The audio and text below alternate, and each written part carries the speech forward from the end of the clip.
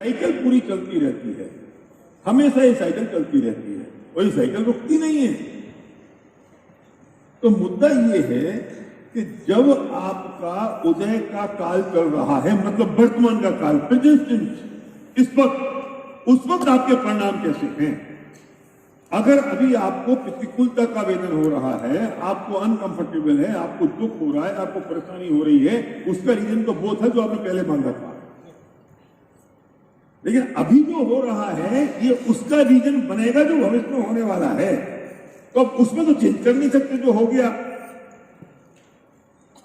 भविष्य में जो होगा वो तुम्हारे हाथ में नहीं है।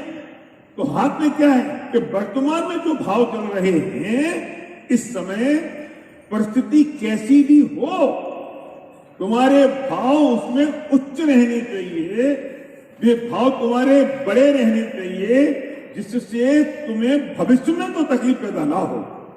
इसलिए कहते हैं वर्तमान में जियो, इसे कहते हैं प्रेजेंट में जियो, इसलिए कहते हैं वर्तमान के जो भाव चल रहे हैं उस पर ध्यान रखो, भले ही वो अच्छे हैं या बुरे हैं, क्योंकि उन बुरे का जिम्मेदारी तो नहीं हूं ना, उसका रिस्पॉन्सिबल कौन है? सागर नहीं तो हूं उसके रिस्पॉन्सिबल जो मैंने किए।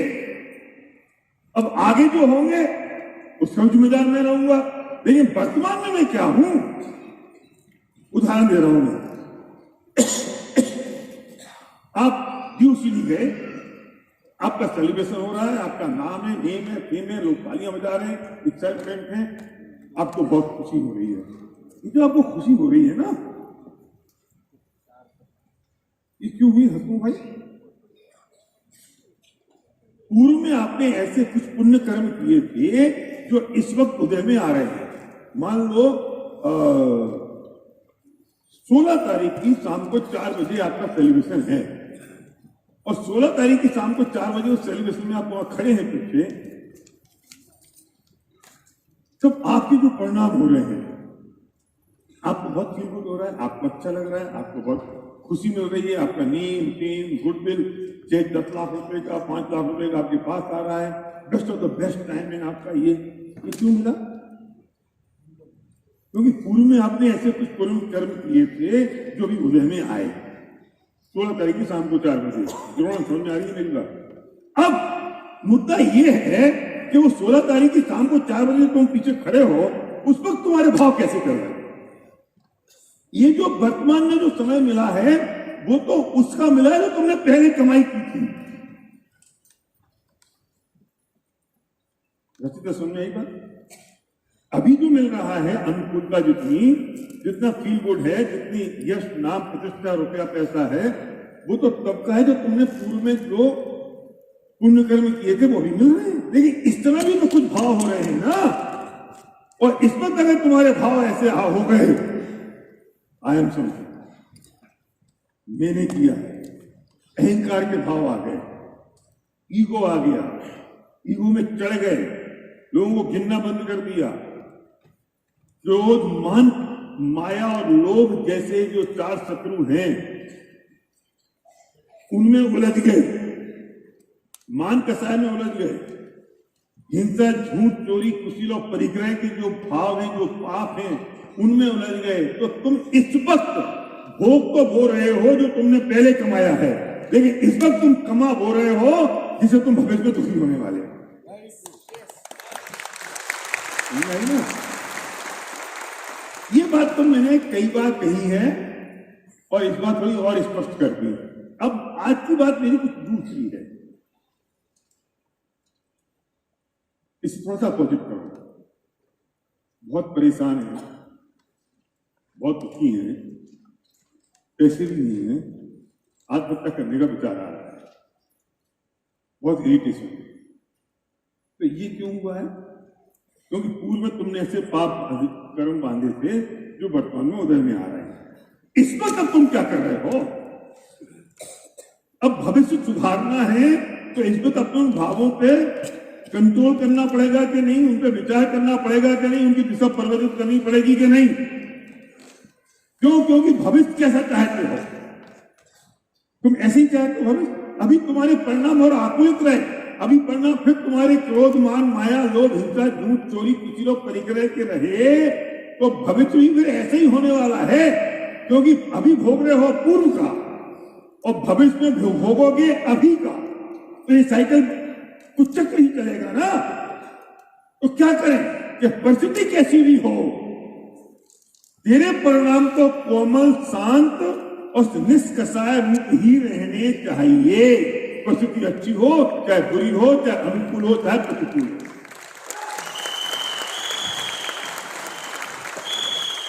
सुनो, इसे कहते हैं कि उदय के आने की अनिवार्यता तो है। कल से भाई उदय के आने की अनिवार्यता पर उदय तो आएगा ही, लेकिन उसे भोगने की अनिवार्यता नहीं है। नहीं समझ में आया? इन्वेंटरी उदय तो आएगा। तुम चाहे ड्यू सीडी बन के हो, जो सेलिब्रेशन हो रहा है, या आत्महत्या का विचार है, दोनों उदय है ना। एक अच्छा है, बुरा है, तो उदय तो आएगा ही, वो तो निश्चित है। लेकिन तेरे भोगने की अनिवार्यता नहीं है कि भोगों कैसे नहीं जब आया। अरे जब तुझे आया उस वक्त तू तत्व का चिंतन में रहे, क्या कि यार ये तो ऐसा होना था इसलिए हुआ है, इसमें मेरे करने से क्या होगा। ना मान कसाय चढ़नी चाहिए, ना आत्महत्या का विचार आना चाहिए, ना तू सुपीरिटी कॉम्प्लेक्स में जाना चाहिए, ना इन्फीरिटी कॉम्प्लेक्स में जाना चाहिए। तब तेरे हर पल ये विचार आना चाहिए कि ये जो मेरे भाव हो रहे हैं, इनका मुझे फल क्या मिलेगा, चाहे वो अच्छे हो चाहे वो बुरे हो। क्यों? क्योंकि उसको भोगने की अनिवार्यता कहाँ है। मैं भी यहाँ बैठा बैठा सोच सकता हूँ, देखो अपन ने कर दिया, अपने करने से हो गया। अरे तेरे करने से आज तक हुआ क्या है? जो यश और नाम और प्रतिष्ठा भी तेरे करने से कुछ नहीं हुई है। सब बराबर करते हैं, पर किसे मिलता है? जिसका उदय खराब हो ना, वो ये सोचेगा, अरे यार मैं तो सोच रहा था यहाँ 20,000 आदमी होंगे मेरा ड्यूटी सेलिब्रेशन में, और यहाँ तो 3-4 हजार आदमी है। वो दुखी होगा कि खुश होगा? इसमें उसकी गलती है? अरे उसके तो यूसीडी पिन मिल जाने के बाद, इतना सेलिब्रेशन होने के बाद भी पाप ही का उदय है, पाप ही का उदय है। उसे वो उसके बाद तो वो और दुखी हो गया। अरे यार कुछ मेरे को ना 1 घंटा बोलने को मिलना चाहिए था, इन्हें आधा घंटे भी निपटा दिया। अरे कम वक्त मारे, उससे पूछ जो बेचारा तरस रहा है इस बात के लिए कि स्टेज पे एक मिनट के लिए खड़ा हो जाए।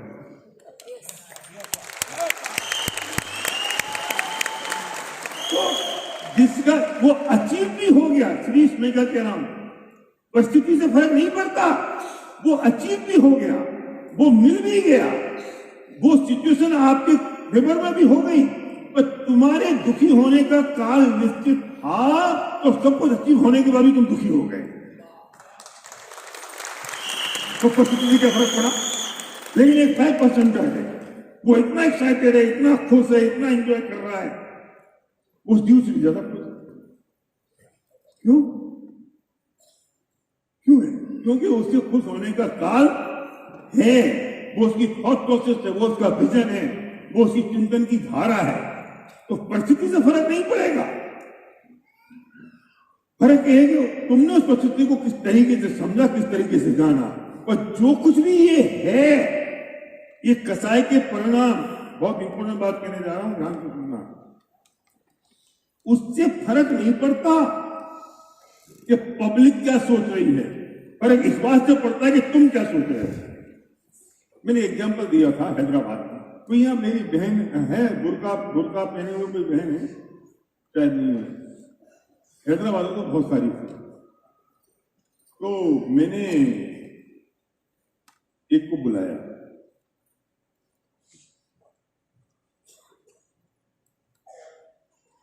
लोग घबरा गए कि ये क्या कर रहे हैं, और मुझे भी ना पहले प्लानिंग नहीं थी, सोचते सोचते विचार करते करते वो उदाहरण आया, उसको बुलाया बहन को, मैंने यहाँ कर मैं कहा इसका बताओ, तुमने यहां तक धक रखा है, तुमने यहां से यहां तक धक रखा है, तुम्हारी सिर्फ आंखें दिखाई दे रही है, बीच का जो ये एरिया है ये भी तुमने ढक रखा है। हम तो आज तक किसी को पहचान ही नहीं पाए, तुम ही लोगों को पहचान पाते हो। पर मेरा एक $1 मिलियन क्वेश्चन ये है कि जब तुम्हें कोई पहचान ही नहीं पाता है, तो तुम्हें इच्छा नहीं होती है कि लोग मुझे जाने?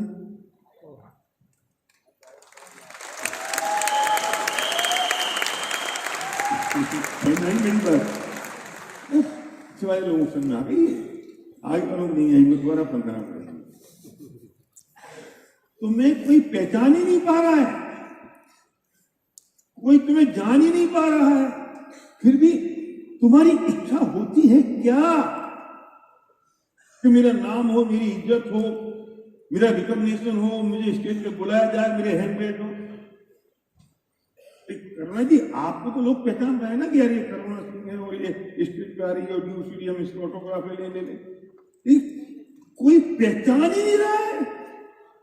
सुरेश तुम तो थे ना, फिर तुम्हारी इच्छा होती है क्या? तो उसने बहुत बढ़िया जवाब दिया कि हाँ भैया होती है ना। मैंने कहा इससे कोई संबंध नहीं है कि पब्लिक तुम्हें पहचानती है कि नहीं पहचानती है, पब्लिक तुम्हें जानती है कि नहीं जानती है। सवाल इस बात से है कि तेरे अंदर के परिणाम कैसे हैं।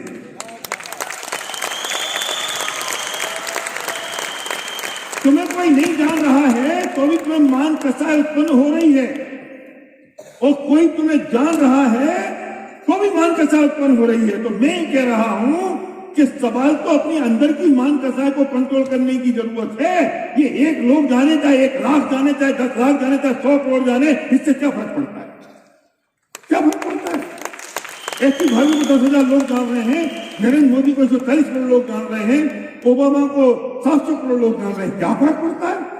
लेकिन एक साधु सन्यासी है, उसे फर्क ही नहीं पड़ रहा कि उसे कोई दुनिया जान रही है कि नहीं जान रही है। उसे फर्क नहीं पड़ रहा कि एक आदमी जान रहा है कि 700 करोड़ जान रहे हैं। क्यों? क्योंकि उस ओबामा के, नरेंद्र मोदी के, एसपी भारत के अंदर के परिणामों में मान कसाय है और उसके अंदर के परिणामों में मान कसाय नहीं है। संतोष, तो परिणाम अंदर की इंपोर्टेंस है ना, पब्लिक से क्या फर्क पड़ता है? कोई जानता नहीं है तो भी उसकी इच्छा हो रही कि लोग मुझे जाने। उतरने के बाद कोई पहचानेगा नहीं 4 महिलाओं के बीच में कि कौन थी जिसका सेलिब्रेशन हुआ, तो भी अंदर इच्छा हो रही है। तो इंपॉर्टेंट क्या है? हम पब्लिक से ड्राइव हो रहे हैं, हम लोगों से ड्राइव हो रहे हैं। बहुत क्रिटिकल बात कर रहा हूं मैं। लोग क्या सोच रहे हैं, मैं इससे ड्राइव हो रहा हूं। लोग वो सोच रहे हैं जो तू अंदर से सोच रहा है।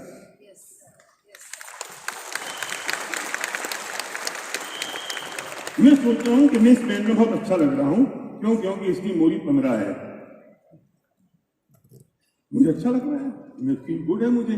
तो मुझे लग रहा है सारे के सारे मुझे अच्छा पसंद कर रहे हैं, और इन सबको लग रहा है कि भैया का पैंट की फिटिंग बहुत अच्छी है और भैया बढ़िया दिख रहे हैं। और मुझे पता चल रहा है यार ये क्या छोटी मोरी है, सारी होगी 40 की मोरी, और मैं तो गलत पहन गया है तो अच्छा नहीं लग रहा है। पता नहीं दूसरा पैंट पहनी और एक पहन के आना नहीं चाहिए था, और आज गड़बड़ हो गई। तो मुझे क्या लग रहा है कि सारे के सारे सोच रहे हैं कि भैया ने कौन सा पजामा टाइप पहन के लिया है। तो किसी के बाप को पड़ी नहीं है तुमने क्या पहना है क्या नहीं पहना है। किसी को फर्क पड़ा है क्या तुमने कल क्या पहना था और आज क्या पहना है? मुझे पता है, तू मेरे पीछे बैठी है, और तू जब सुबह कांच में बैठ के आई होगी और सोच रही होगी भैया के पीछे बैठूंगी, भैया वो कैसी लगेंगी, वो ऐसा कैसा लगेगा, वो कैसे लगेंगे, थोड़ा सा ऐसा करोगे, थोड़ी सी गड़बड़ होगी, वाली ड्रेस ऐसी होगी, वाली ड्रेस ऐसी होगी। और फिर हम लोग क्या लग रहा है कि पूरी दुनिया मुझे ही देख रही है। वो बेचारा तुझे देख ही नहीं रहा। तुझे क्या लगता है सब मुझे तो देख रहे हैं, सब मुझे देख रहे हैं। यार एक पूरी क्यों देख रहा है, सारा छोटा वाला पेंट आ गया मेरे पास आज। कल सर्वज्ञ का जो बेल्ट है ना, ये बेल्ट, इस बेल्ट में इसको ये लग रहा था कि ये बेल्ट में नीचे एक ब्लू कलर की सिलाई है, सुनना जरा, और ये जींस पे ही पहना जाता है, ट्राउजर पे नहीं पहन सकते। और ये पक्का बिल्कुल ऐसे ही था। आधा घंटा लगा दिया इसने कि पापा ये मैं कैसे पहनूं आज। मैं कहा मैं पहन लेता हूं यार। नहीं आप तो नहीं पहनोगे, बुरा लगूंगा तो डायलॉग सुनो, बुरा लगूंगा तो मैं लगूंगा, आप बुरा नहीं लगोगे। तो मैंने कहा यार अब तू लग रहे बुरा, तो बोलते नहीं कैसे पहनूं? तुमने कहा नया खरीद लेते हैं। तो सिद्धि से पूछा भाई तू बता दे। सिद्धि ने बोला भैया बहुत अच्छा लग रहा है, बिल्कुल अच्छा लग रहा है, कुछ खराब नहीं है। चरी ने बोला सब बोल रहे हैं बिल्कुल अच्छा लग रहा है। नहीं, लोग क्या सोचेंगे, लोगों क्या लगेगा, अरे किसके बाप को पड़ी तेरा बेल्ट देखेगा, बेल्ट की नीचे वाली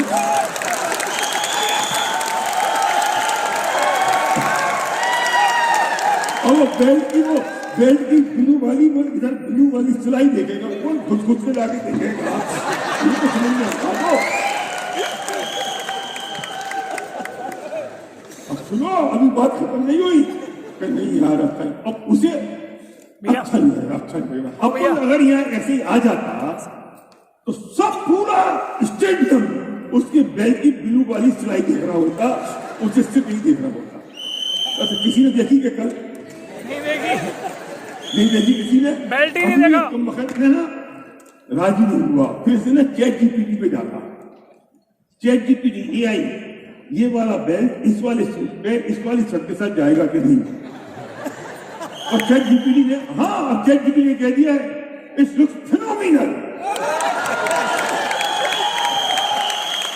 1 मिनट पहले तक जो इस डिप्रेशन में जाने की कगार, इस सब में मेरी स्टाइल है बोलने की, मतलब वो डिप्रेशन में नहीं था, 1 मिनट पहले तक जो डिप्रेशन में जाने की कगार पे था, सुनना जरा, 1 मिनट बाद वो सुप्रीति में आ गया। इससे बढ़िया कोई बेल्ट हो ही नहीं सकता। चैट जीपीटी ने कह दिया, चैट जीपीटी ने कह दिया। चैट जीपीटी कौन है? एआई है, आर्टिफिशियल इंटेलिजेंस है ना, नहीं, उसे कह दिया। अब कल जब ये आया स्टेडियम में तो ये देख रहा था कि सारे मेरी नीली पट्टी देख रहे हैं नहीं। किसी ने ना पहले देखी ना किसी ने बाद में देखी। हम जो सोच रहे होते हैं हमें लगता है कि पूरी दुनिया कोई सोच रही है और कुछ नहीं सोच रही है।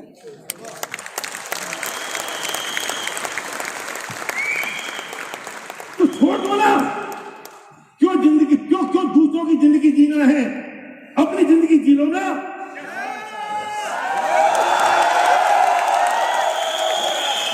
मैंने कल सबक से कहा, मैंने सुन, अब पूरी दुनिया ये कहेगी कि अगर बेल्ट पहनना है तो नीली सिलाई वाली पट्टी वाली बेल्ट पहनना पड़ेगा, दूसरा नहीं। ये भी तो हो सकता है, वही फैशन बन जाए ना, क्यों नहीं बन सकता? मैं कभी जिंदगी में एक जीन्स पे यहाँ पे अगर छेद हो जाए तो हम पहन सकते थे आज से 5 साल पहले? नहीं पहन सकते थे। लोग कहेंगे गरीब आदमी है। अब कमबख्त मारे खरीदते फाड़ते उसके बाद पहनते तो लोग कहते हैं करोड़पति है। फटी वाली ज्यादा महंगी आती है और पूरी साबुत सस्ती आती है, और जितनी ज्यादा फटी उतनी ज्यादा महंगी, जितनी ज्यादा फटी उतनी ज्यादा महंगी। तो क्या है लोगों का? लोग तो पागल हैं और तुम लोगों की जिंदगी जी रहे हो। बंद कर दो आज से लोगों की जिंदगी जीना, अपनी जिंदगी जीना शुरू कर दो।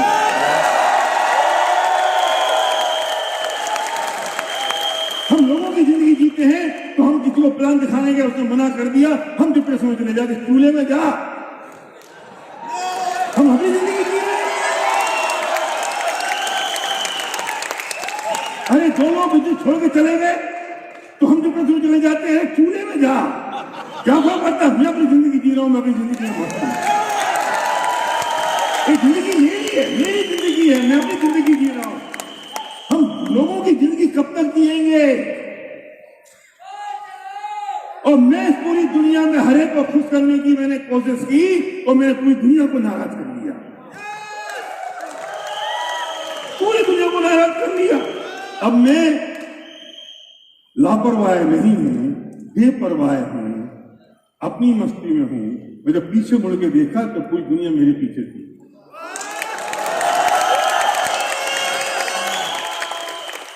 फकीर हो जाओ, जिंदगी में फकीर हो जाओ। इतने बहुत ज्यादा सिस्टमेटिक ऐसे रहने की जरूरत नहीं है। बिल्कुल सीधे सीधे ऐसे पता नहीं ऐसे निकलना चाहूं, ऐसे लगना चाहूं।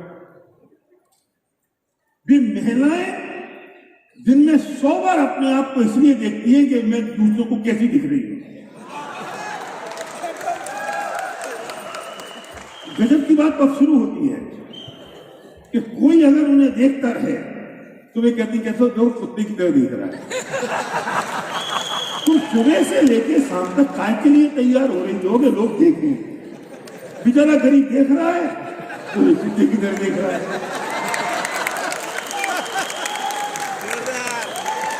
तो सुनो, ये तैयार होके रहें जाएं और कोई देखे ही नहीं तो कहती है साला एक कुत्ते ने देखा नहीं मुझे। चाहती क्या हो एक को बता दो, देखे नहीं देखे, तैयार हो रही हो और नहीं हो रही हो, खाए के लिए, किसके लिए? जिस बेचारे अपने पति के लिए तैयार होना चाहिए उसके लिए तो तुम ऐसी घूमती रहती हो बावड़ी देती, उसकी चिंता नहीं है। जिसके तैयार होना चाहिए और उससे और पूछती हो मैं कैसी लग रही हूं दुनिया के सामने। अरे वो काम नहीं हो, जितेन किधर गया? जितेन कहता है कामनी को मैं ही देखूंगा, कोई और मत देखो, तो पिंजरे बंद करके रख उसको।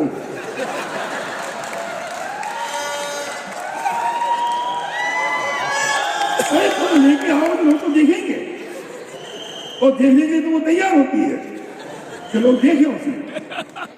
हमें क्या थॉट है, कितना देखें कितना नहीं देखें, इसने पूरी जिंदगी को खराब कर दिया, खत्म कर दिया। मैं ऐसा ही हूं, ये एटीट्यूड भी तो हो सकता है।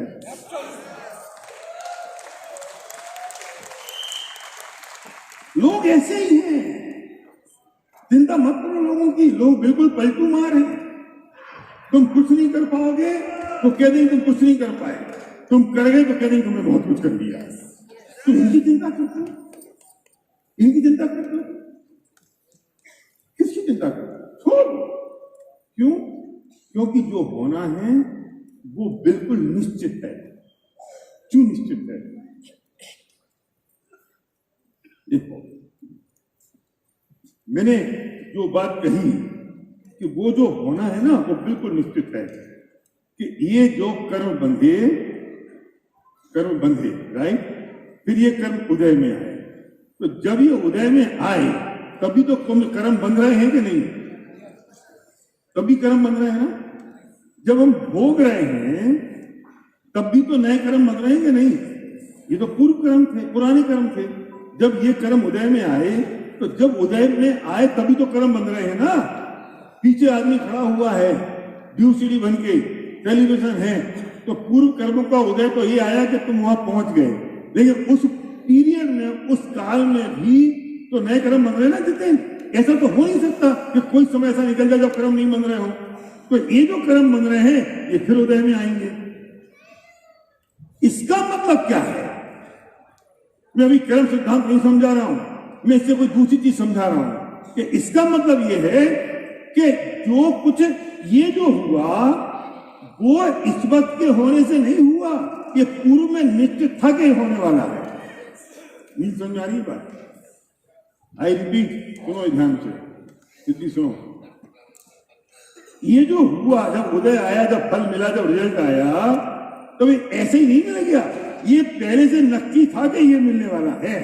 क्यों? क्योंकि इसका जो एक तो रिजल्ट है, इसका कॉज कब था? यहां था इसका कॉज ये है, ये तो उसका रिजल्ट है।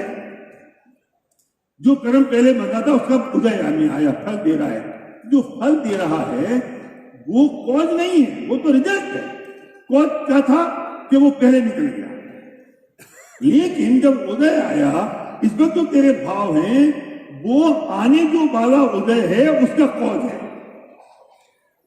चलो ठीक है ना, ये कॉज इधर रिजल्ट, वो जो रिजल्ट है वो आने वाले रिजल्ट का कॉज है। ये ठीक है बात, समझ आ रही है?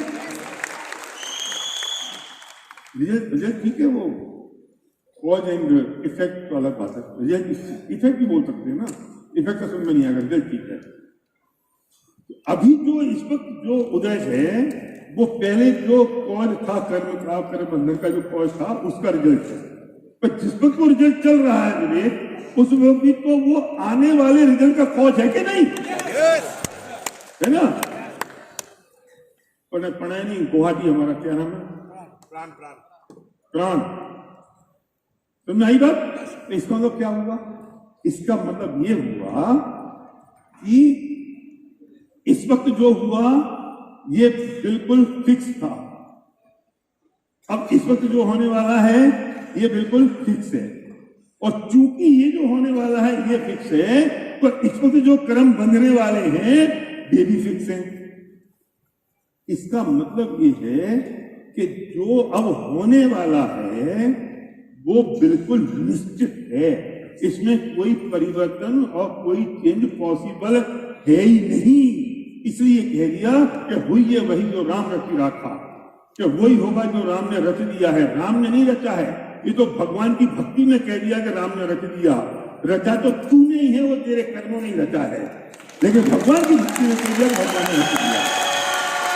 कौन रिस्पॉन्सिबल है? मैं रिस्पॉन्सिबल हूं। भगवान कैसे हो सकता है जिम्मेदार? जब मैंने किया है तो मैं तो जिम्मेदार रहूंगा। मैं गलत करूं और भगवान को जिम्मेदार बना दूं, ये कैसे हो सकता है? मैं अच्छा करूं और जिम्मेदार भगवान को बना दूं, ये कैसे पॉसिबल है? ये तो राम हुई है भाई, राम रचि राखा, भगवान की भक्ति ने कह दिया। अल्लाह की मर्जी मेरा पत्ता नहीं हिलेगा। इसका मतलब क्या है?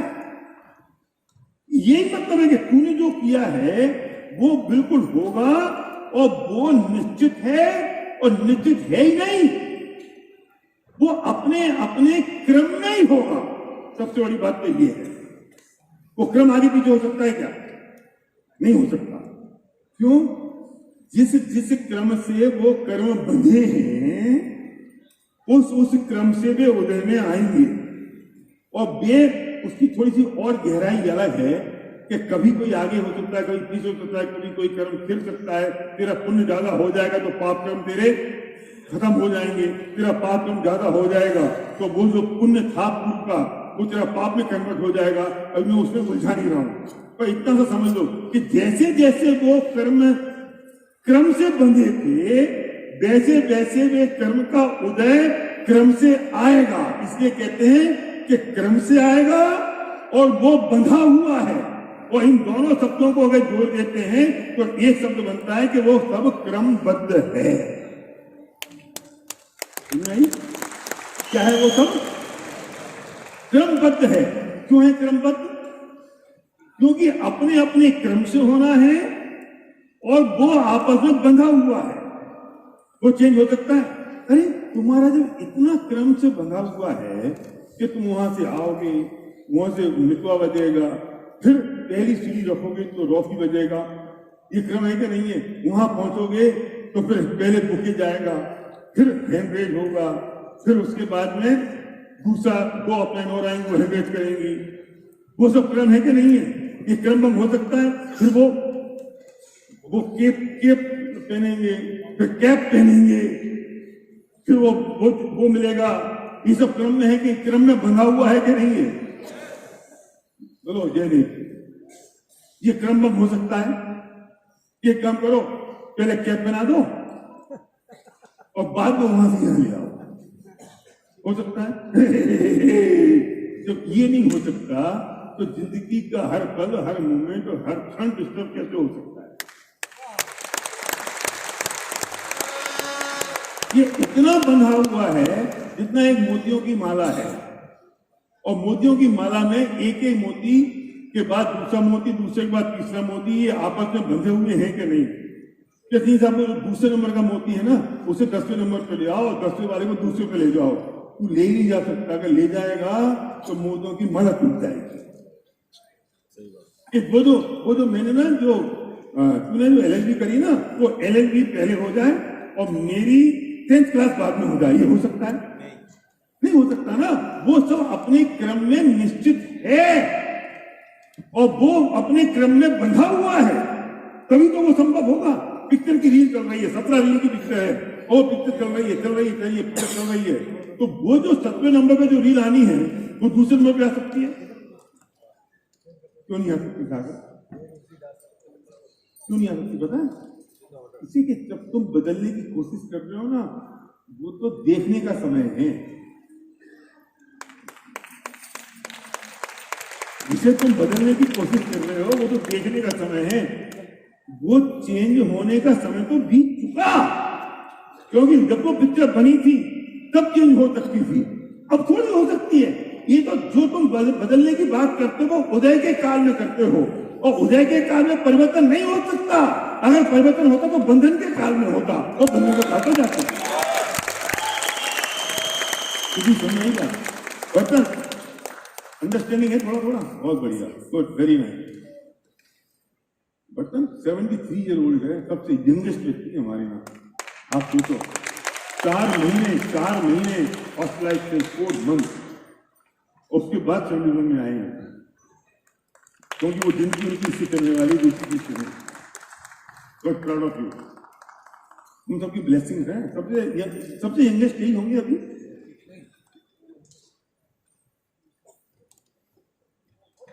और 74 हो चुका। तुम्हारा भविष्य यही है। अगर इस व्यक्ति से नहीं रहोगे तो 74 साल में ना छतरी लेके, लाठी लेके, मकार के फूकते पूरी दुनिया को गाली देते होंगे, मर जाओगे। तुम और कुछ काम नहीं होगा। और 74 की एज में कितने एक्साइटेड है। बाप बच्चे के साथ बैठे हुए, तुम्हारा फ्यूचर ये है, अपने बच्चे के साथ बैठे हुए फैमिली में अटेंड कर रहे हैं। और मैं आपको बताऊं क्या महान काम किया है भरत ने, बड़ा काम किया है, जरा बहुत महान काम किया है। मैं आपको फ्यूचर दिखाता हूँ, और मेरे लिए तो बहुत एक्साइटिंग बात है। थोड़ा टॉपिक से अलग हो गया है मेरे दिमाग में, आगे मैं बोल देता हूँ। इनका एक बेटा है, कुछ फिगर करो तो ठीक करना। एक ही बेटा है सुधीश बेटा है, एक बेटी है। भरतन ने अपनी जो भी 2 बेटियां, अपनी जो इनकम है ना, फिगर गड़बड़ हो तो खुद कर देना, अपनी पूरी इनकम का 70% बिल कर दिया है सुधीश को, और सच बता ना 10% किया है दोनों बेटियों को, और 10% किया है अपनी भाई को, जब तक वो जिंदा रहेगी तब तक। हम कहते हैं बिलेबल इनकम है, 25 साल से मैं चिल्लाता जा रहा हूं बिलेबल इनकम है। अब देख लो ये बिलेबल इनकम इसे कहते हैं, ये है बिलेबल इनकम। बिल किया, और आज कितना खुश है हमारा भरत। 74 ईयर, तो चमक तो देखो। डांस करते हैं, वियतनाम घूम के आए। सोचो आप, अगर ये बिजनेस नहीं होता तो 14 साल में क्या हालत होती तुम्हारी, अगर बिजनेस नहीं होता तो क्या बिल करते। अब तो सुधीश को रोज सुबह शाम पैर दबाता है, क्योंकि 70% मिल गया, और सुधीश की अपनी इनकम अलग है। आपको विजन समझ में आ रहा है?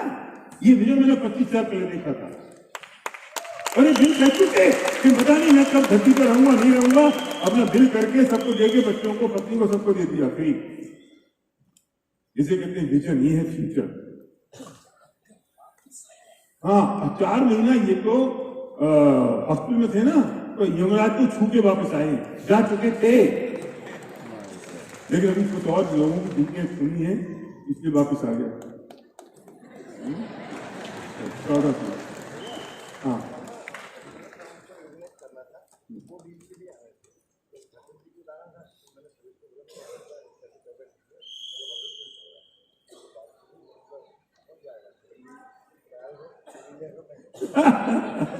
पूरी एनर्जी है, पूरी ताकत है, अभी भी पूरा डांस करते हैं, लोगों उठा लेते हैं। मैं कहता हूं ये बिजनेस नहीं होगा तो बुढ़ापा कैसे कटेगा? इस बिजनेस में हम रिटायर नहीं होते कभी। इतना रिटायर कैसे होंगे? कभी रिटायर नहीं होंगे। जब तक शमशान घाट नहीं पहुंच जाओगे तब तक फैमिली भी अटेंड करोगे, गोकुल अटेंड करोगे, लोगों से मिलते रहोगे, लोगों से बात करते रहोगे, रिटायर नहीं होंगे। और अगर ये बिजनेस नहीं हुआ ना, और दूसरा बिजनेस हुआ तो बेटा रिटायर करेगा, पापा आपकी जरूरत नहीं है। एक नंबर तुम्हारे हरामखोर, जरूरत नहीं है। अगर नौकरी में हो गए तो एम्प्लॉय करेगा नाउ यू आर रिटायर्ड। इस बिजनेस में तो मेरे पिताजी कहते थे मैं कब रिटायर होऊंगा, मेरे रिटायर का क्या काम है। वो पढ़ते थे, लिखते थे, लोगों को पढ़ाते थे, प्रचुर करते थे। तो कोई उनसे कहते आप रिटायर कब हो रहे हो? मुझे क्या रिटायर होना है, मैं तो पैदाइश ही रिटायर हूँ, और दोबारा थोड़ी रिटायर होऊंगा मैं, और पैदाइश में एक्टिव हूँ। तो मरते तो शमशान घाट तक नहीं है तो एक्टिव है। तुम्हें अगर लिव माय ड्रीम, शमशान घाट तक एक्टिव रहना है, इसे स्पिरिट को बिल्ड करना है।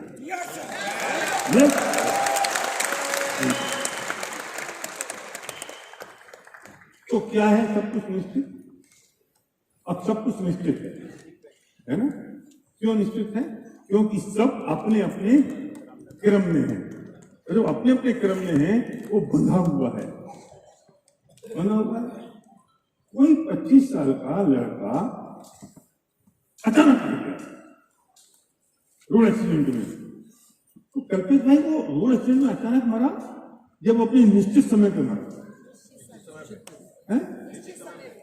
जोर से बोलो, समझ नहीं है क्या बात? समझ गए आप लोग, मेरा पर्पस पूरा हो गया। लोग कहते हैं कि वो तो अचानक मर गया। अरे अचानक कैसे मर सकता है? अचानक नहीं मर सकता, वो अपने निश्चित समय पे ही मरा है। तुझे अचानक लग रहा है क्योंकि तेरी एक्सपेक्टेशन नहीं थी। मुझे चीजें अचानक लगती हैं क्योंकि एक्सपेक्टेशन नहीं होती है। वो अचानक नहीं मर सकता। अचानक कैसे मरेगा? वो तो निश्चित था कि 140 पे चलेगा, ये निश्चित था।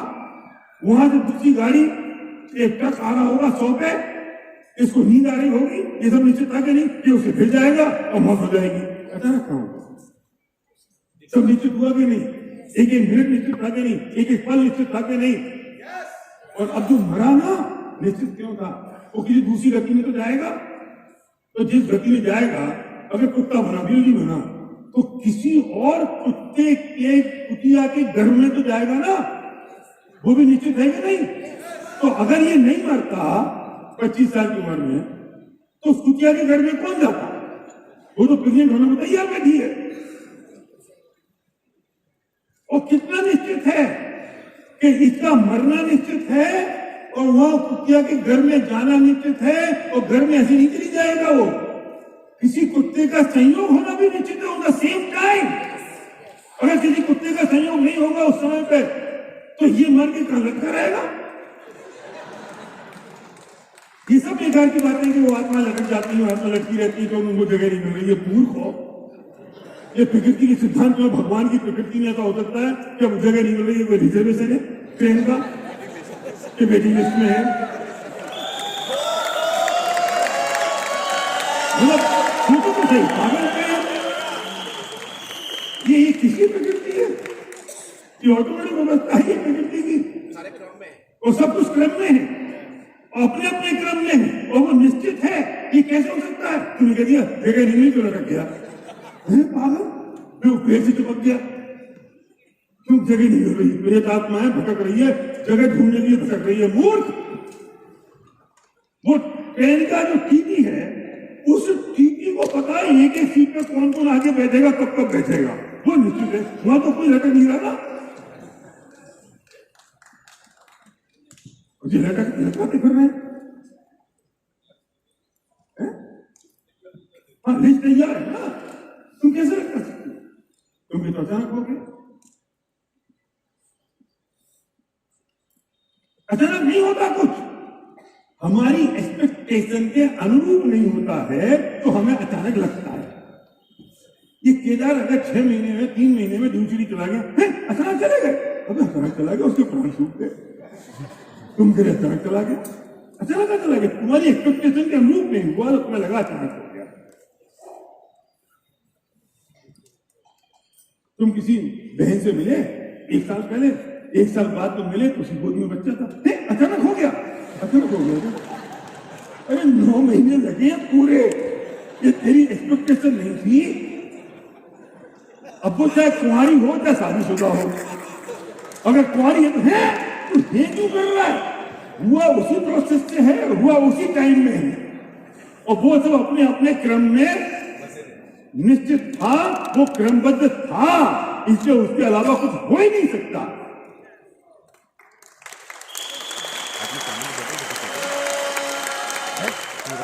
तुमने कितने सालों को बुलाया? कम अगर हमारे नहीं आए,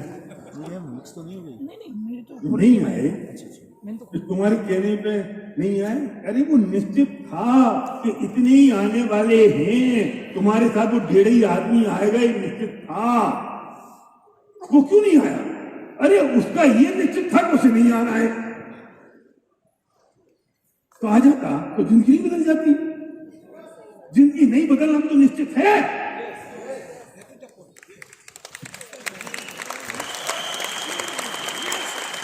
इस केदार अहमदाबाद के फैमिली में बाहर बैठा रहा, अंदर तो नहीं घुसा, कम वक्त अंदर नहीं घुसा, लेकिन यूसीडी बनना निश्चित था। तो पति ने कहा कि चलो, तो कहा मैं बाहर बैठा रहूंगा, ये भी निश्चित था। फिर दरवाजे से अंदर नहीं घुसा, लेकिन ये भी निश्चित था कि हैदराबाद जाएगा, वो अंदर बैठेगा, वो निश्चित था कि नहीं। अब अदिति परेशान हो, अंदर क्यों नहीं आ, अंदर परेशान क्यों हो रही हो? निश्चित है वो अपनी क्रमबद्ध में, तो परेशान होने की जरूरत क्या है? तो इसलिए किसी को ना चिंता करने की जरूरत है, ना परेशान होने की जरूरत है, ना आकुलता करने की जरूरत है, क्योंकि जो हो रहा है विजय मालेकर और जो होने वाला है वो सब अपने अपने क्रम में बंधा हुआ है और वो निश्चित है। इसे तुम बिल्कुल बेचिंत हो जाओ और अपनी मस्ती में मस्त हो जाओ, तुम्हें कोई चिंता करने की जरूरत नहीं है।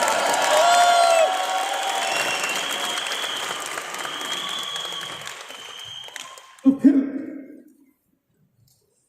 इससे कनेक्ट करना, दोबारा सीधी जाके सुनना, वो गति के अनुसार मति होती है, वो दोबारा सुनना और फिर इसको उससे कनेक्ट करना कि साहब फिर वो मैं तो ड्यूटी नहीं जा रहा हूं, तो बेटा तेरी गति ऐसी है कि तू नहीं जाएगा, इसे तेरी मति ऐसी चल रही है कि तुझे नहीं जाना है, समझ नहीं ना? तो फिर मैं काम नहीं करूंगा, तो मत कर, ये भी अपने क्रम में निश्चित होगा। तो ड्यूटी नहीं जाऊंगा, तो तुझे ड्यूटी नहीं जाना निश्चित होगा, ऐसी गति निश्चित होगी, तो तेरी मति ऐसी चलेगी कि मैं काम नहीं करूंगा, तो नहीं करोगे काम, क्यों चिंता करने की जरूरत है? क्यों? क्योंकि सब कुछ अपने अपने क्रम में निश्चित है, इसे हम कहते हैं क्रमबद्ध। क्या क्यों निश्चित है? कलकत्ता क्यों निश्चित है? बोलो, माइक देना, माइक देना, माइक देना, माइक देना, आई माइक, हाँ क्यों निश्चित है? बोलो, चलो मैं सुन रहा हूँ। जो हम लोग अभी काम कर रहे हैं उसका एक तो रिजल्ट होना ही है। हाँ, और मैं सिंपल एग्जांपल के साथ बताऊं तो नहीं आएगा। हाँ, तो अभी अगर सिंपल एग्जांपल ये है कि आज से लेके 3 महीना बाद, अगर 3 महीना तक अगर दांत ब्रश नहीं किए तो 3 महीना बाद जाके दांत में पेन हो रहा है, तो वो पेन हो रहा है, फिर उसके लिए गवर्नमेंट ना तो जिम्मेदार, ना तो सोसाइटी, ना तो माँ बाप, ना तो ऊपर वाले। वो 3 महीना मैंने मंजन नहीं किया इसलिए वो पेन हो रहा है, तो जो कर्म किया उसे एक इफेक्ट होगा ही। तो जो कर रहे हैं उसका अगर इफेक्ट होने वाला है, और ये अगर कंफर्म है, तो जो कर्म कर रहे हैं उसके ऊपर अपने को गौर करना है। उसके बाद अगर रिजल्ट कुछ भी हो जाए, अपने को लगता है कि ऐसे क्या हो गया, इतना से हो गया, लेकिन वो पहले से निश्चित है, लेकिन अपने को काम कंटिन्यू करना है। सुनो, वो दर्द होना निश्चित था। हाँ, क्यों था? क्योंकि वो अपनी क्रमबद्ध में था। हाँ, है ना? अब वो तो होना ही था, और इसके लिए तेरी मति ऐसी चली कि प्रश्न नहीं। वो दिखता ऐसा है कि अचानक से ऐसे कैसे हो गया, रिवर्स हो गया, अचानक नहीं हुआ रमा, है ना? वो निश्चित था, अचानक नहीं हुआ। Thank you. रमा की अगर स्टोरी सुनी तो मैं भी पहली बार सुनी, रमा हमने भी पहली बार तुम्हारी वो स्टोरी सुनी, मुझे पता नहीं था। तो रमा की जो स्टोरी हुई, लेकिन रमा को करोड़पति बनना निश्चित था ना, ये निश्चित था। तो सागर की मति चली कि रमा को प्रस्पेक्ट करो, किसके पुण्य का उधर फटना था? रमा के। तो निमित्त कौन बना? सागर। तो सागर की मति चली कि रमा को प्रोस्पेक्ट कर लेते हैं, क्योंकि रमा की जिंदगी बदलनी है। जिंदगी बदलना निश्चित था, क्योंकि वो अपने क्रमबद्ध में है। और वो क्यों था? क्योंकि पूर्व में ऐसे कुछ कर्म किए थे जो उदय में आने निश्चित थे। तो हो गया काम। तो इसमें किसको अहंकार करने की जरूरत है? इसमें सागर अहंकार करे कि रमा अहंकार करे कि अपनी ईगो में आ जाए कि नहीं, इसमें क्या ईगो की जरूरत है, इसमें क्या अहंकार की जरूरत है? ये ऐसा होना निश्चित था, इसलिए हो गया, क्योंकि वो अपने क्रम में निश्चित था, अपने क्रम में बंधा हुआ था। इसे कहते हैं क्रमबद्ध। जो जो चीजें जैसी जैसी अपने क्रम में बंधी होंगी, वे चीजें वैसी वैसी निश्चित रूप से ही होंगी। इसलिए हमें कोई चिंता करने की आवश्यकता नहीं है, हम निश्चिंत रह सकते हैं। हाँ, हमें आकुलता करने की जरूरत नहीं है। कर्म तो होंगे, कर्म करना है नहीं, कर्म भी होंगे। कैसे होंगे कि जो निश्चित है कि उसके अनुसार तेरे कर्म होंगे। वो निश्चित है ना, तेरे कर्म भी उसके अनुसार ही होंगे। अगर तुम्हें गरीब होना है तो कर्म ऐसे ही होंगे, मैं क्या बताऊं। और अगर ये निश्चित है कि तुम करोड़पति बनने वाले हो तो कल से यहां एक आदमी बैठेगा नहीं, निकल के चल देगा। अगर तुम्हें गरीब होना है तो बुद्धि चलेगी, चलो जूम में ही काम कर लेते हैं। और करोड़पति बनना है तो बुद्धि चलेगी, या जूम फूम छेड़, अपना बैग में सामान रख, गाड़ी में बैठ और रवाना होगा। क्योंकि वो तो निश्चित है ना जो होना है, तेरे कर्म भी उसके अनुसार होंगे जैसा निश्चित है। तो क्या करें कि निश्चित हो जाओ, बेचिंत हो जाओ, मस्त हो जाओ, अपनी जिंदगी में जी लो, क्योंकि होगा वही जो होने वाला है। उसका कोई तो संभव नहीं। हम आकुलता में जीते हैं, हम इस परेशानी में जीते हैं कि मैं चीजों को चेंज कर दूं, और स्थितियां तेरे चेंज करने के हिसाब से नहीं चेंज होती हैं, क्योंकि वे जो तो निश्चित हो चुकी हैं तुम्हारे कर्म बंधन के अनुसार, उसमें कोई परिवर्तन संभव नहीं। हो सकता है हम निश्चित हो सकते हैं, आकुलता खत्म हो सकती है। अरे हम छोटी छोटी बात को कहते हैं, पिता को राके साइया मार सके ना कोई, इसका मतलब क्या है? तुम निश्चित हो गए ना? इसका मतलब क्या है? पिता को राके साइया भगवान तो बता के रख रहा है नहीं, कि तेरी जितनी आयु निश्चित है उतनी आयु तेरी होगी। कोई अगर गोली मार देगा तो भी मौत होने वाली नहीं है, और आयु निश्चित नहीं है। आयु उतनी निश्चित है, आयु उतनी निश्चित है। तो वायुसेना का कमांडर भी हेलीकॉप्टर हो जाएगा, वो हेलीकॉप्टर गिर जाएगा, उसे सुरक्षित क्या होगा? करती इंदिरा गांधी की आयु की पूरी होनी थी तो उसकी सुरक्षा गार्डों ने निपटा दिया जो रक्षा करने वाले थे। तो निमित्त तो कुछ भी हो सकता है, बात तो ये है कि जो निश्चित है होने वाला सिर्फ वो ही है, दूसरा कुछ होने वाला। तो निश्चित हो सकते हैं कि नहीं? हम रिलैक्स हो सकते हैं कि नहीं? हम फ्री हो सकते हैं? क्यों? क्योंकि सब कुछ अपने अपने क्रम में बंधा हुआ है, और जो बंधा हुआ है वही होने वाला है, दूसरा कुछ होने वाला नहीं है। और जब वो निश्चित हो जाता हूं मैं इस तरीके से, तो फिर मुझे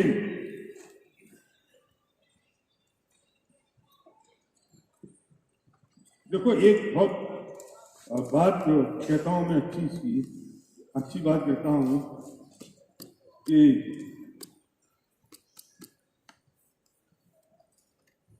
सब कुछ मेरे हाथ में और मेरे कंट्रोल में है। मुझे क्या फर्क पड़ता है किस आदमी ने क्या कहा, किसी आदमी ने क्या नहीं कहा। दो आदमी यहाँ खड़े हैं, और एक आदमी तेलुगु वाला है और एक आदमी हिंदी वाला है। तेलुगु वालों को सब हिंदी नहीं आती, और हिंदी वालों को सब तेलुगु नहीं आती, है ना?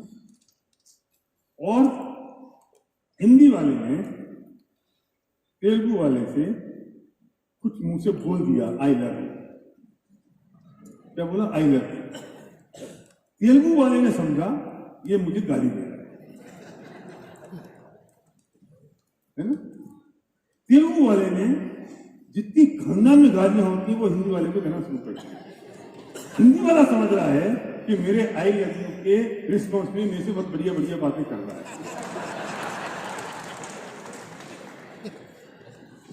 सिचुएशन में आ रही है। अब मुझे बताओ कि किसी के कहने से किसी पे कुछ फर्क पड़ता है क्या? फर्क उससे पड़ता है कि तुमने समझा।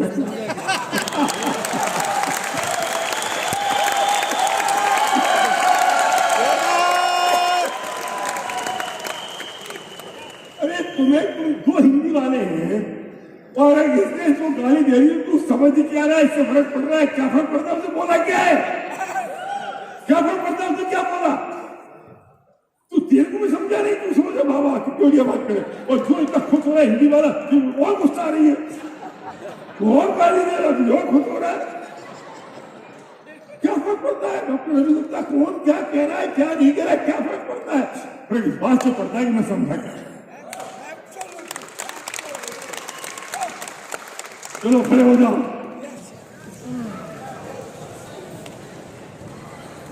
बिल्कुल रिलैक्स हो जाओ, एकदम रिलैक्स, एकदम फ्री। अपनी जगह बना लो, अपने शरीर को थोड़ा सा स्ट्रेच करना तो स्ट्रेच कर लो, थोड़ा एक एक जगह खुद की जगह छोड़ दो।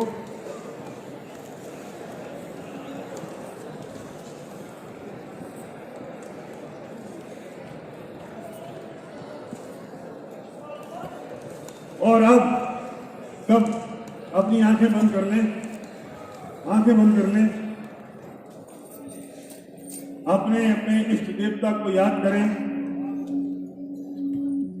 अपने भगवान, अपनी जीसस, अल्लाह, राम, बुद्ध, महावीर, गुरु ग्रंथ साहिब, जिस भगवान को, जिस इष्ट देवता को हम नमन करते हैं, उन्हें याद करें। एक गहरी लंबी सांस लें और गहरी लंबी सांस छोड़ें। फिर गहरी लंबी सांस लें और गहरी लंबी सांस छोड़ें। सब लोग इसी जो मैं कहता जा रहा हूं, इसी मुद्रा में यही करते रहे जो मैं कह रहा हूं। कोई फोटोग्राफ, कोई पिक्चर और कोई सेल्फी अभी ना लें आप, क्योंकि उससे आपका भला होने वाला नहीं है।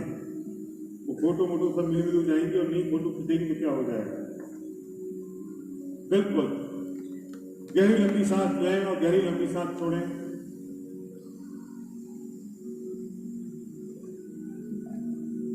अपनी मस्ती में आ जाए। ये महसूस करें कि आप पूरे जंगल में हैं और इस घने जंगल में आपके अलावा कोई भी नहीं है। पक्षियों की कलकल की आवाज आ रही है, ठंडी ठंडी हवा चल रही है, पास में पानी के बहने की आवाज आ रही है और पूरे जंगल में सिर्फ आप हैं, आपके अलावा कोई भी नहीं है। ना आप किसी को देख रहे हैं, ना कोई आपको देख रहा है। आप अपनी मस्ती में हैं, आप अपने आनंद में हैं। आपको जो एक मनोजन्म मिला है उसकी सार्थकता आपके वो समझ आ गई है। हमें समझ आ गया है कि मैं कौन हूँ, मैं कहाँ जाने वाला हूँ और मेरा स्वरूप क्या है। मैंने इस प्रकृति के नियम को अच्छी तरह से समझ लिया है और वो तत्व ज्ञान मेरे जहन में बैठता जा रहा है, जिससे मैं समझता हूँ कि प्रकृति और एक जीवन कैसे चलता है। मैं अपनी मस्ती में हूँ, मैं अपने बहुत आनंद में हूँ। इस वक्त दुनिया का कोई संकट, कोई चिंता, कोई भी विचार मेरे पास नहीं है। मैं वर्तमान में जी रहा हूँ, इस मोमेंट में, इस पल में, इस क्षण में मैं जी रहा हूँ। क्यों? क्योंकि मैं जानता हूँ कि जो होना है वो निश्चित है, जो हो रहा है वो निश्चित ही हो रहा है और जो होने वाला है वो भी निश्चित ही होने वाला है। बिल्कुल अपनी मस्ती में झूम जाइए। आपके पैर जहाँ हिल सकते हैं हिलने दीजिए, उन्हें मत रोकिए। आपके हाथ जहाँ जा रहे हैं जाने दीजिए, उन्हें मत रोकिए। आप ऊपर हाथ ले जाना चाहते हैं, नीचे ले जाना चाहते हैं, फैलाना चाहते हैं, आप झूमना चाहते हैं, आप गिरना चाहते हैं, नाचना चाहते हैं, जो आप करना चाहते हैं वो करिए। आप जिस मैदान में, जिस जगह पे खड़े होना चाहते हैं खड़े हो जाइए, फैल जाइए, लेकिन आप अपनी मस्ती में आ जाइए। ये वो मस्ती है जो साधुओं की, सन्यासियों की, अपनी मस्ती में रहने वालों की, भगवान की मस्ती है, जो प्रभु की मस्ती है, जो जिसे किसी की परवाह नहीं थी, जो बेपरवाह थे, जो अपनी जिंदगी जी रहे थे। उस मस्ती में आ जाइए। मैं अपनी जिंदगी जी रहा हूँ, मैं अपनी मस्ती में हूँ, क्योंकि अब मुझे पता लग गया है कि जो होना है वो निश्चित है।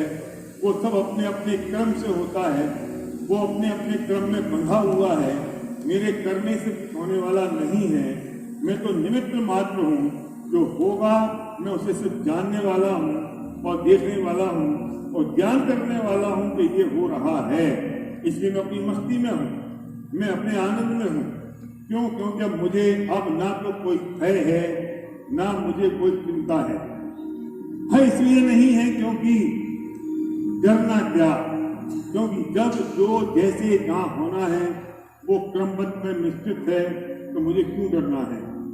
जब जो कुछ हो रहा है वो वही हो रहा है जो निश्चित है। मैं तो हर पल के अपने वर्तमान में होने वाले भावों का ख्याल रखूं बस, और मैं निश्चिंत हो जाऊं। कर्म तो अपने अनुसार होने ही वाले हैं, क्योंकि इससे अनुसार कर्म होंगे जो मैं चाहूंगा। मैं जिस स्तर पर जा रहा हूँ, मेरी सोच और विचार का स्तर पे जा रहा है, उसमें मुझे कर्मों की कोई चिंता करने की आवश्यकता नहीं है। जब मैं निश्चिंत हो गया हूँ, जब मुझे ये श्रद्धा हो गई है कि वो सब जो हो रहा है अपनी योग्यता से, अपने अनुसार होगा, तो कर्म भी अपनी योग्यता से अपने अनुसार ही होंगे। मेरा पुरुषार्थ कुछ करने में नहीं है, मेरा पुरुषार्थ ये जानने में है जो हो रहा है। मेरा पुरुषार्थ क्रोध, मान, माया, लोभ किसी कसायों पर विजय प्राप्त करने में है, उन कसायों को पालने में नहीं है। मैं अनंत पुरुषार्थी हूँ, मैं अनंत पुरुषार्थ का धनी हूँ। मैं अपनी मस्ती में हूँ क्योंकि मुझे ये बात समझ आ गई है। मैं बहुत आनंद में हूँ, मैं बहुत पीस में हूँ।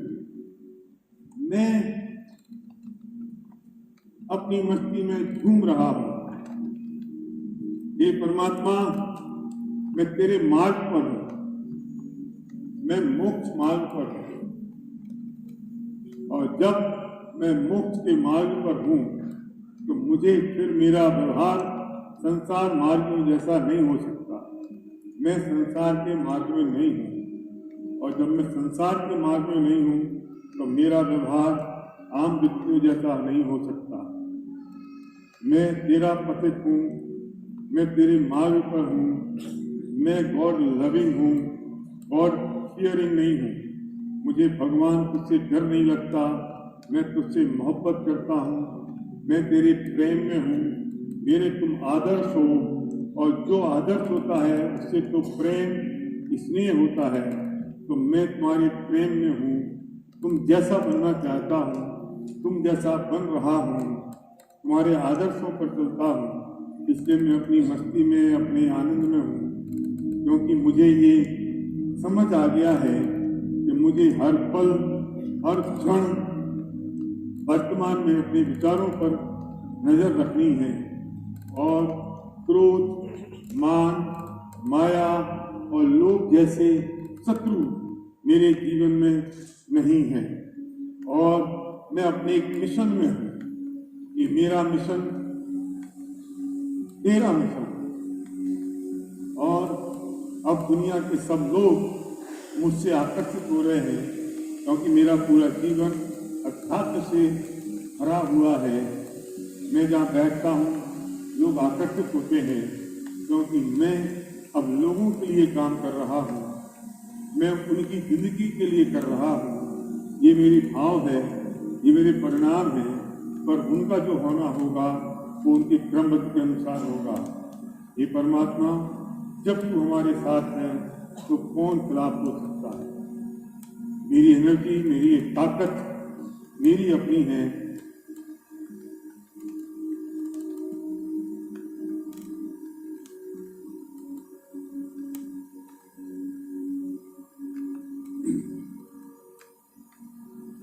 आपके बगल में जो है वो आपकी या तो माँ के समान है, या आपकी बहन के समान है, या आपकी पत्नी है।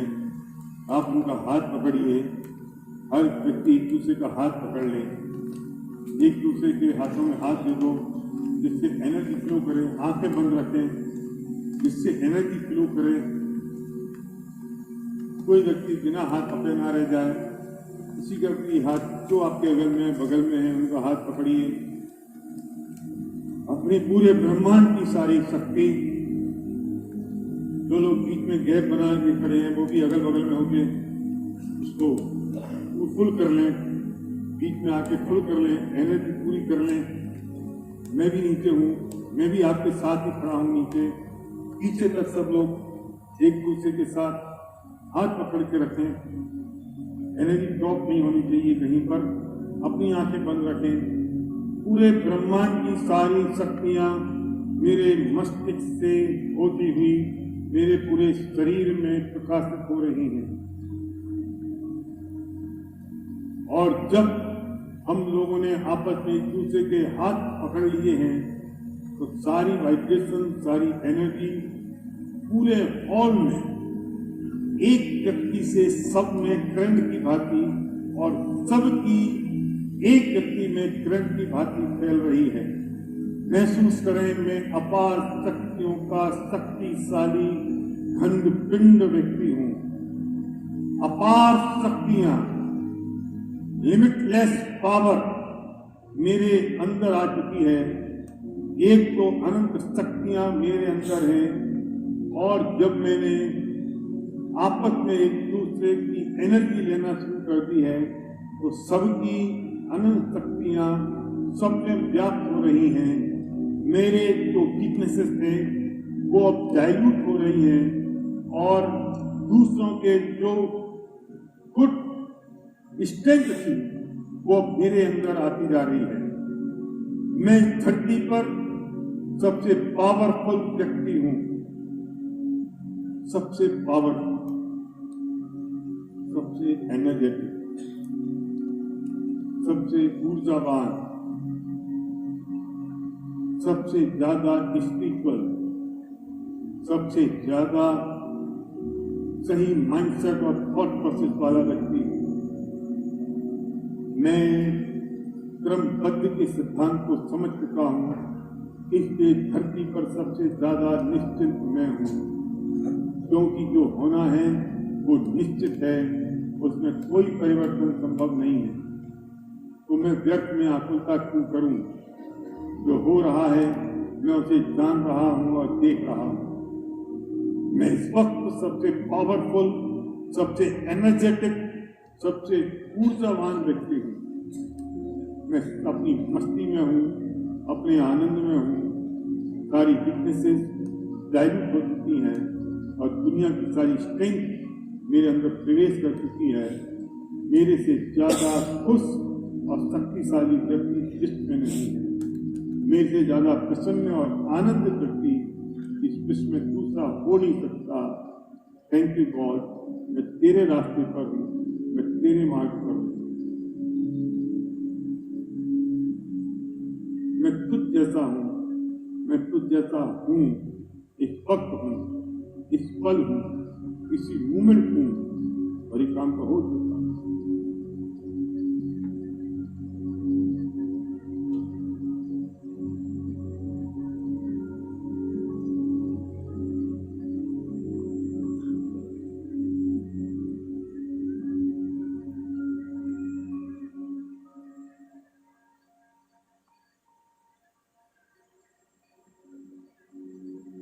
धीरे धीरे हाथ छोड़िए, अपने दोनों हाथों को रगड़िए, अपनी आंख के पास ले जाइए।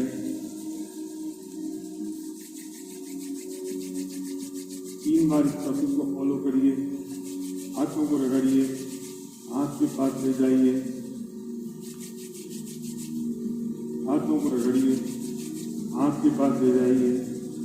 और जो व्यक्ति आपके पास में अगल बगल में है, अगर पुरुष हैं तो उनके गले मिलिए और ये महसूस करिए कि उनकी सारी शक्तियां मेरे अंदर प्रवेश कर गई हैं, मेरी उनके अंदर कर गई हैं, हम मिल के शक्तिशाली हो गए हैं। अगर महिला है तो उनको दूर से नमस्ते प्रणाम करिए। आपकी बहन है, पत्नी है तो गले मिलिए। आपकी वाइफ है तो माँ है तो गले मिलिए, बहन है, पत्नी तो गले मिलिए। और दूसरे के साथ जो हाथ जोड़ लीजिए, सेम जेंडर के साथ गले मिलके आपस में एनर्जी फील करिए और एक दूसरे को कहिए आई लव यू।